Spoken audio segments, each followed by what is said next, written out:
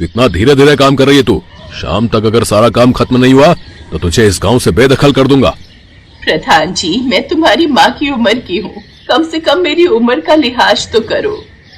तू ऐसे नहीं मानेगी। मैं अभी अपने आदमियों को भेजकर तुझे इस गांव से बेदखल कर देता हूँ, फिर तेरे पास भीख मांगने के अलावा कोई रास्ता नहीं बचेगा। माफ करना प्रधान जी, आप जाइए, मैं जल्दी जल्दी काम करती हूँ। तुम भिखमंगों को जब तक धमकी ना दो कोई काम नहीं करते। जल्दी जल्दी काम करो। इतना बोलकर प्रधान वहाँ से चला गया। तभी उस बूढ़ी औरत के पास एक सिद्ध पुरुष आया जिसके हाथ में एक हीरा था। अरे अम्मा, ये खेत तो तुम्हारा है, फिर ये प्रधान क्यों कह रहा था कि ये खेत उसका है और तुम उसके लिए यहाँ गुलामी क्यों कर रही हो? अरे बाबा जी, आप क्या बताऊं बाबा जी, इस प्रधान ने धोखे से कागजों पर मेरे अंगूठे के निशान लगवा लिए थे। अब मेरा घर और खेत सब उसके नाम हो चुके हैं। मैं चाहकर भी कुछ नहीं कर सकती।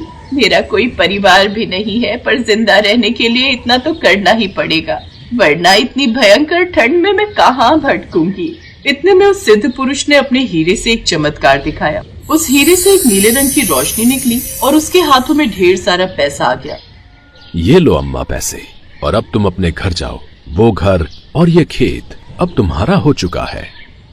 बाबा, ये चमत्कार सिर्फ आप ही कर सकते हो, लेकिन अगर प्रधान फिर से मेरे पास आ गया तो? मुझ पर भरोसा करो अम्मा, और जल्दी से अपने घर जाओ, आराम की जिंदगी जियो। अम्मा अपने घर चली गई। प्रधान के मुनीम ने उस बूढ़ी औरत को अपने घर में देखा तो उसने ये बात प्रधान जी को जाकर बता दी। ये बुढ़िया इस उम्र में सठिया गई है। मुनीम जी, उस बुढ़िया के कागजात निकालो और दरोगा जी को भी बुला लो। आज इस बुढ़िया को गांव से बेदखल कर ही देते हैं। कुछ ही देर में प्रधान जी मुनीम दरोगा को लेकर उस बूढ़ी औरत के घर पहुंचा। बूढ़ी औरत उन लोगों को देखकर डर गई। ओए बुढ़िया, चुपचाप इस गांव से निकल जा, वरना दरोगा बाबू तुझे धक्का देकर भगा देंगे। दरोगा साहब, ये रहे कागजात। ये घर मेरा है, ना कि इस बुढ़िया का। इसने जबरदस्ती यहाँ डेरा डाल लिया है। जब दरोगा ने कागज देखा तब, अरे प्रधान जी, क्यों मेरा समय बर्बाद कर रहे हो? ये घर तो इन्हीं का है, आप खुद देख लीजिए कागज। कागज देखकर प्रधान हैरान हो गया। अम्मा, ये घर और गांव में जो आपका खेत है वो सब अभी भी आपके नाम पर ही है। अगर कोई भी आपको परेशान करे ना तो आप मुझे बताना। इतना बोलकर वो दरोगा वहाँ से चला गया।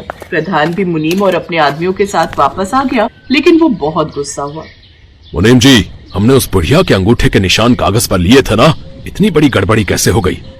प्रधान जी, हमें लगता है कि ये सब कुछ सिद्ध बाबा का चमत्कार है। जरूर उस बुढ़िया को सिद्ध बाबा कहीं मिल गए होंगे, उसने अपना दुखड़ा सुनाया होगा और उन्होंने ये चमत्कार कर दिया। क्या इसका मतलब वो सिद्ध बाबा इस गांव में फिर से लौट आया है? उसका चमत्कार उसके हीरे में है। किसी तरह उसका हीरा चुरा लो, वरना गांव में जितने भी लोगों की जमीनें हमने अपने नाम कराई हैं वो सब हमारे हाथ से चली जाएंगी। एक बार हमें वो हीरा मिल गया ना तो हम इस गांव के साथ साथ आसपास के गांव की जमीन भी अपने नाम कर लेंगे और ढेर सारा पैसा भी इकट्ठा कर लेंगे चमत्कार से। अब वो सिद्ध बाबा उसी गांव में एक आश्रम बनाकर रहने लगे थे। अरे अब इस गांव में कोई दुखी नहीं रहेगा। बाबा यात्रा से लौट आए हैं। गांव वालों, बाबा यात्रा से लौट आए हैं। प्रधान का मुनीम भी वहीं से गुजर रहा था, उसने भी ये सब देख लिया। इतने ढेर सारे पैसे, खाने का सामान और कपड़े, जरूर उस बाबा का ही चमत्कार है। आज रात उसका चमत्कारी हीरा मुझे चुराना ही होगा, वरना प्रधान जी का तो रुतबा ही नहीं रहेगा इस गांव में। रात में बहुत घना कोहरा छा गया। सब अपने अपने घरों में दुबक कर सो गए। सिद्ध बाबा भी अपने आश्रम में ध्यान में मगन थे। तभी वहाँ पर मुनीम आया। उसने देखा उनके बगल में ही हीरा चमक रहा था।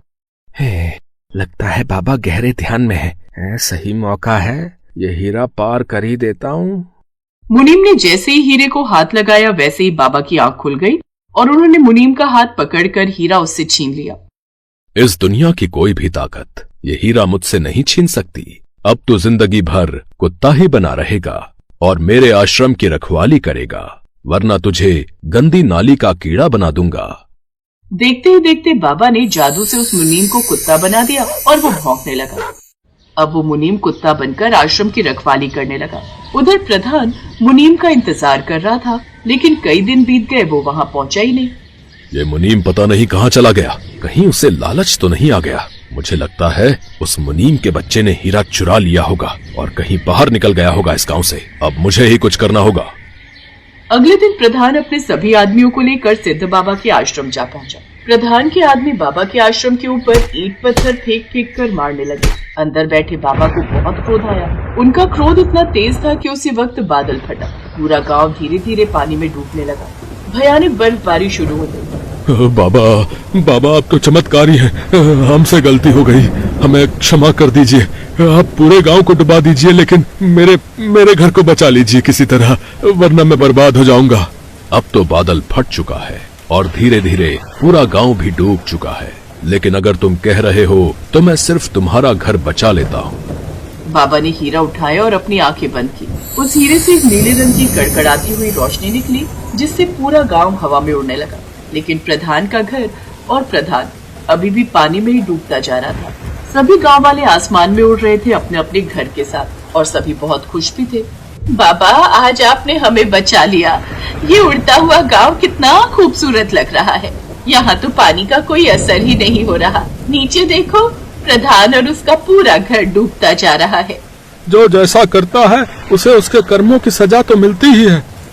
अरे बाबा, मैंने कहा था सिर्फ मेरा घर बचाना, आपने तो मेरा ही घर छोड़कर बाकी सबके घर आसमान में उड़ा दिए। प्रधान जी भूल गए क्या?